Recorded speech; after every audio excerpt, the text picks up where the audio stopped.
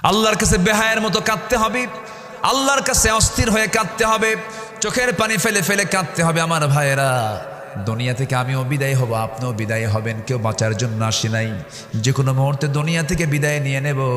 মৃত্যু কিন্তু সহজ কোনো বিষয় নয়। ইদ্রিস আলাইহিস সালাম একদিন বলছেন, আল্লাহ মৃত্যুর যন্ত্রণা কেমন আমাকে একটু দেখায় দাও তো, আমি একটু দেখতে চাই। মালাকুল মউত পাঠায় দিলেন, তার জান কবজ হয়ে গেল। আল্লাহ পাক তাকে আবার জিন্দা করলেন। এবার বলো হলো ইদ্রিস কষ্ট কেমন হয়েছে? তিনি বলছেন, আল্লাহ আমার কাছে মনে হলো আমার যখন জান কবজ হচ্ছিল, একটা জীবিত মানুষের মাথার চামড়া টেনে টেনে পা পর্যন্ত নিয়ে আসলে যত বড় না কষ্ট হয়, তার চাইতে বেশি কষ্ট আমার অনুভূত হচ্ছিল। সঙ্গে সঙ্গে আল্লাহ বলছেন, ইদ্রিস রে, মালাকুল মউত তোমার যখন জানটা কবজ করেছে, অত্যন্ত আদর করে যত্ন করে জানটা কবজ করেছে। আদর যত্নের জান কবজের তীব্রতা কষ্ট যদি এমনটা হতে হয়, এমনটা কষ্ট হয়, সবার সামনে মৃত্যুর মুখোমুখি আসে না নাই বলেন? আচ্ছা, সবাই আমরা মৃত্যুর মুখোমুখি দাঁড়াবো একদিন। দুনিয়া থেকে বিদায় নিয়ে নেব। দাদা চলে গেছে, দাদি চলে গেছে, নানা চলে গেছে, নানি চলে গেছে। কত স্মৃতি দাদার সঙ্গে একসঙ্গে থেকেছি। দাদার মুখের চিবানো পান মুখের মধ্যে থেকে বের করে আমাকে দিয়েছেন। কত সুন্দর সময়গুলো পার করেছি।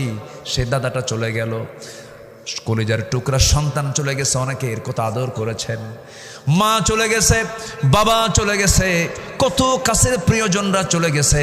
বছর 3 আগের কথা, আমার এক বন্ধুর সঙ্গে আমরা একসঙ্গে পড়াশোনা করেছি, একসঙ্গে আলিম পাশ করেছি, নাম হলো জিয়াউর রহমান। একসঙ্গে একই ক্লাসে পড়েছি, কত আনন্দ উল্লাস করেছি, কত আড্ডা মেরেছে। সে আর্মিতে চাকরি পেল, আর্মিতে চাকরি করলো, আর্মির বড় কর্মকর্তা ছিল। মাঝে মাঝে কথা হতো, সুন্দর তেলাওয়াত সে করতে পারে, সুন্দর কণ্ঠ ছিল তার, সন্তানাদিও আছে, পরিবার পরিজনও আছে।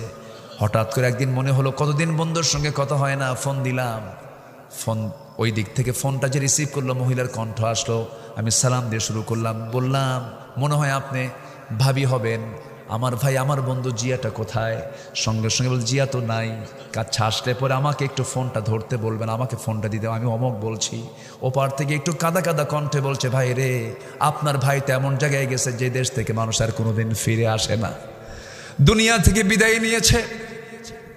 আমি নিজেকে স্থির করতে পারলাম না। হারে, আমার বয়সী মানুষ, একসঙ্গে পড়াশোনা করলাম, একসঙ্গে সময় কাটালাম। একটা মানুষের জীবন পরিবর্তনের জন্য বেশি কিছু লাগে না। একটা মানুষের বাস্তব কোনো বইয়ের পড়া, বইয়ের শিক্ষা দিয়ে মানুষ কখনো শুধু ভালো হবে না। বাস্তব একটা শিক্ষা হলো, একটা বান্দা ভালো হওয়ার জন্য তার প্রিয়জনের মৃত্যুটা তার সবচেয়ে বড় শিক্ষা।